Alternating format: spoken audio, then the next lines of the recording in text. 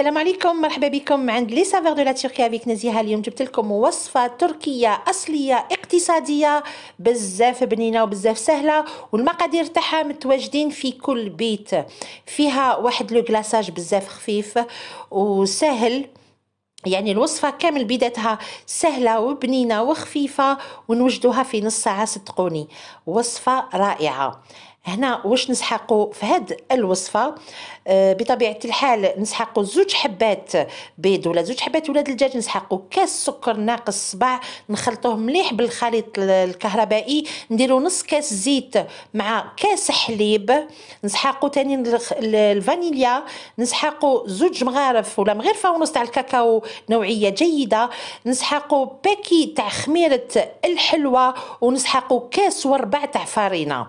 الكيسان تاعي ديروا 180 مليلتر، نخلطوه مليح ونديروه في المول تاعنا. نديرو شويه زيت. المول هذا تاعي يدير حوالي 35 سنتيمتر على 20 سنتيمتر.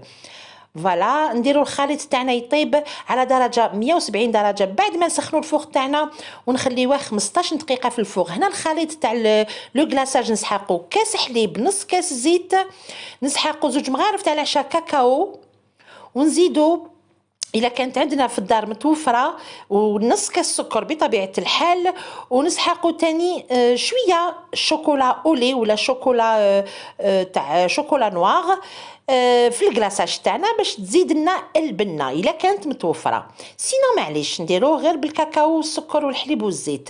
هنا كي نخرجوه من الفوغ هكذاك سخون نقطعوه بالموس ديالنا. هاد لي ديتاي هادوما فريمون ضروري ديروا كيما راني ندير هكذا، نقطعوه وهو سخون ونحطوا له لو كلاصاج ونتقبوه، يعني في كل جهه نديروا هكذا دي تخو بالكوردون ولا بالموس. ويكون واش عندنا في الدار بيستاش ولا كاوكاو محمص ولا لوز ولا نواه كوكو، واش عندنا في الدار نحطوا له نديروا تزيين هكذا ونخليوه يشرب مليح. ضروري يشرب لنا كامل هذاك لو كلاصاج وهايليك النتيجه. والله صدقوني جربوا هاد الوصفه، ما راكوش رايحين تندموا ان شاء الله، تفرحوا وليداتكم.